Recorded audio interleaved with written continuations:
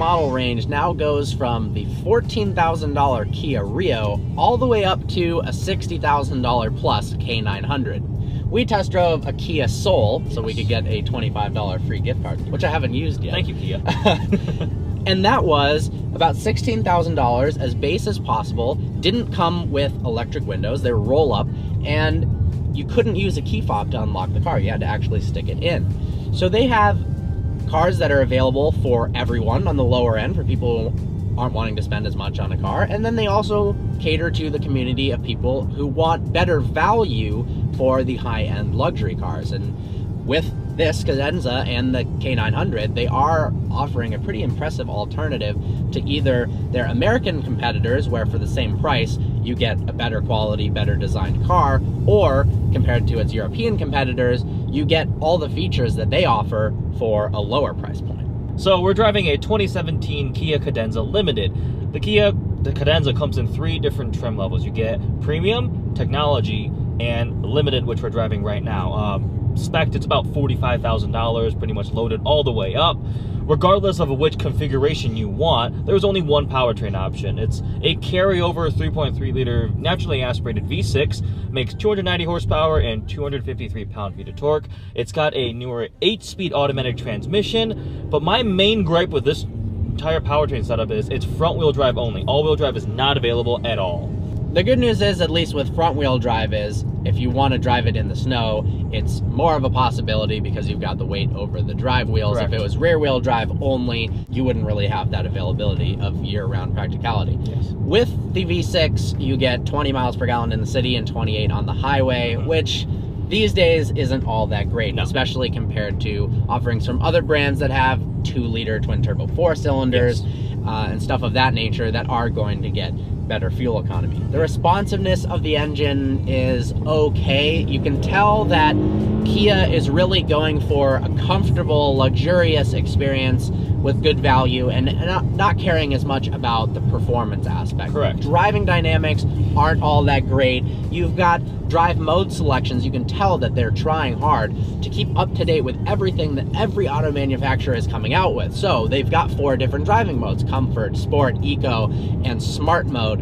But none of them really changed the car that much. Well, in fact, Sport makes the steering wheel way too tight. Heavy steering does not necessarily equal sportiness. Right now I'm in Sport, now it's just steering wheel it's just artificially heavy. But again, like you were saying, this is not a European sports sedan that has luxury with it. The driving dynamics, frankly, they kind of suck. They're not great. If you want a car that is great to drive, this isn't it. But the good news is, if you want a car that's really luxurious, has tons of technology and features that for $45,000, you're getting all the stuff that sometimes even in a car that could be twice the price doesn't have. For instance, rear heated seats. That's not standard on an E-Class or a BMW 5 Series, or even all the way up to the 7 Series and the S-Class. Some of them come without heated rear seats. Yeah. You've also got electronic sunshades, heated and cooled front seats. What about the sound system? It's awesome. It's a 12-speaker, 630-watt Harman Kardon sound system. Sounds great. Sort of coming off with some of the more options you come with. Heated steering wheel, heads-up display. From a safety perspective, you get blind spot warning, lane keep warning, adaptive cruise control. I mean, these are all features that you kind of associate with a high-tech, upscale luxury vehicle. And then even further, the interior on this car is very nicely designed. Yeah. The material choices themselves are great, and the fit and finish is extremely good.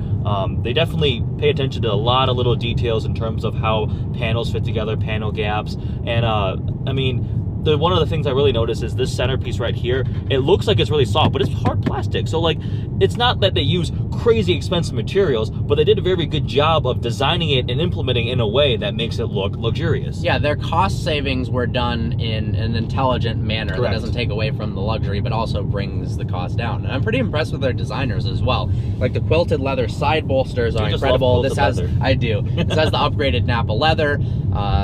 This nice looking, I don't even know what material that is, wooden the piano trim. black. The piano black is nice too. Big fan of that. Usually I'm not a huge fan, but it does look good in this application. It looks nice, and we've got a analog clock that looks nicer than the one in the Mercedes and Lexus.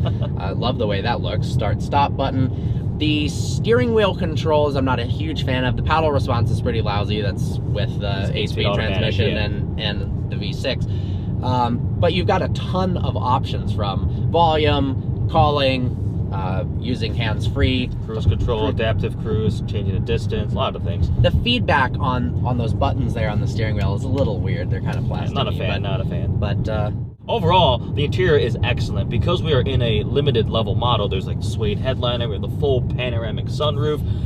The white leather, I think, will get dirty really easily, but it looks really nice. It'd still be my choice. I love the way this looks. It gives the cabin a very airy and open feeling. This car feels like a large vehicle. It does. Not in terms of it's ungainly or difficult to drive, but it's large in that it feels spacious and comfortable and just open. And I was pretty impressed, actually really impressed, with how much legroom there is in the back. Great.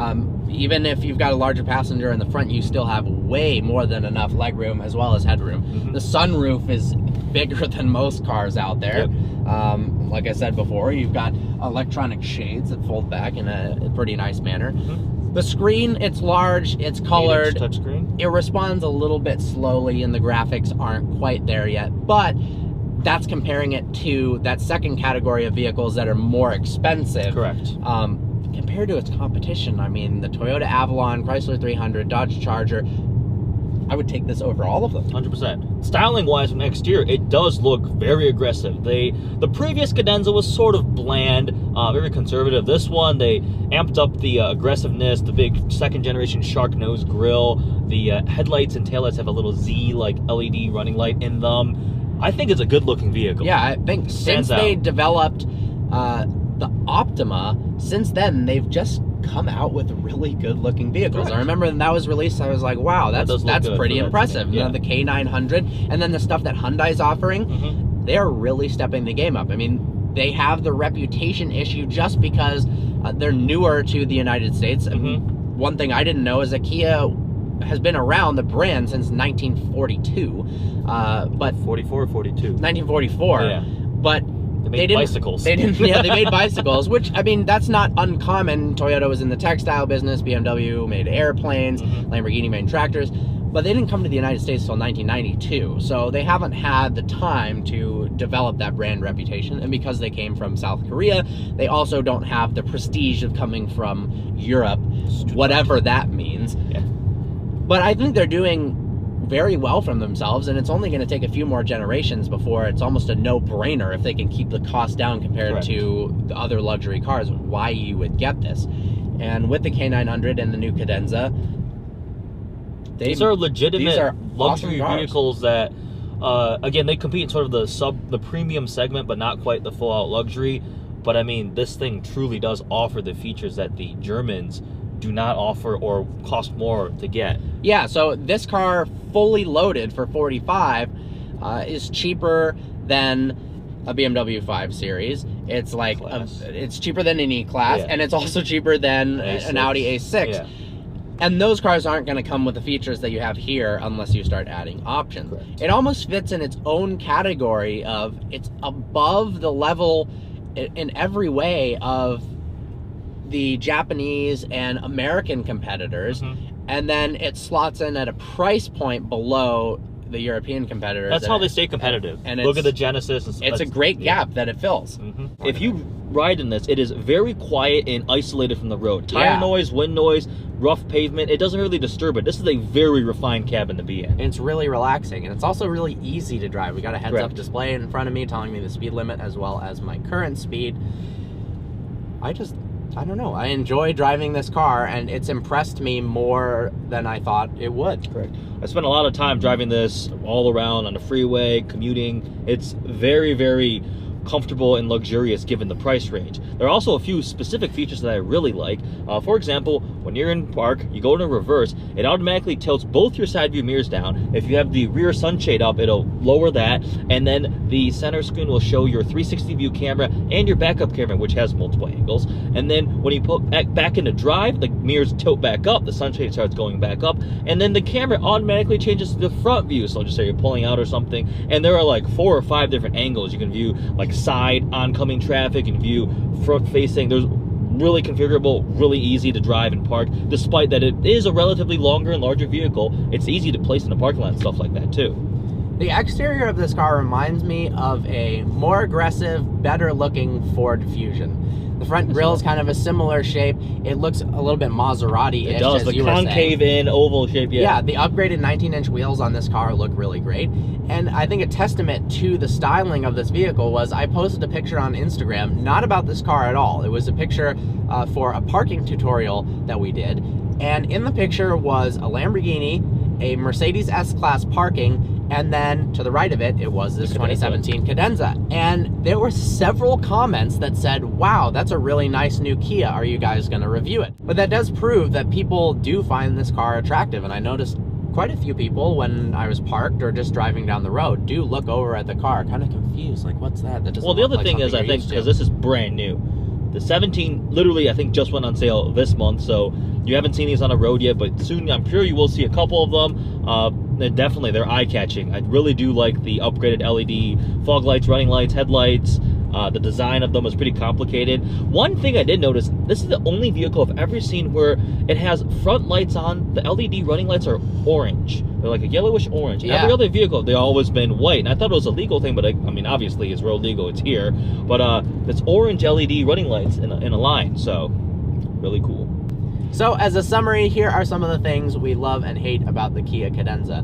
First off, the styling of the interior is absolutely beautiful. From the quilted leather to the nice looking dash design, analog clock, the beautiful sunroof. Suede headliner. They really got it right with the interior design. Styling and the material quality and build quality. Second up is the technology that you get given the price range. This has, again, in summary, heated and cooled front seats, heated steering wheel, heated outboard rear seats, cruise control, that's adaptive, heads-up display. I mean, all these luxury and tech features are available on this vehicle, and it's great. Last up, the value that you're getting. For $45,000, that is as high as you can spec this car, practically. It is so much better than its competitors, and it is just as good as cars that are out of its competition level in terms of price. Yes. So, Kia has done a great job fitting this directly into a gap between premium vehicles and the luxury segment, and they've done a great job doing that. Things we don't like?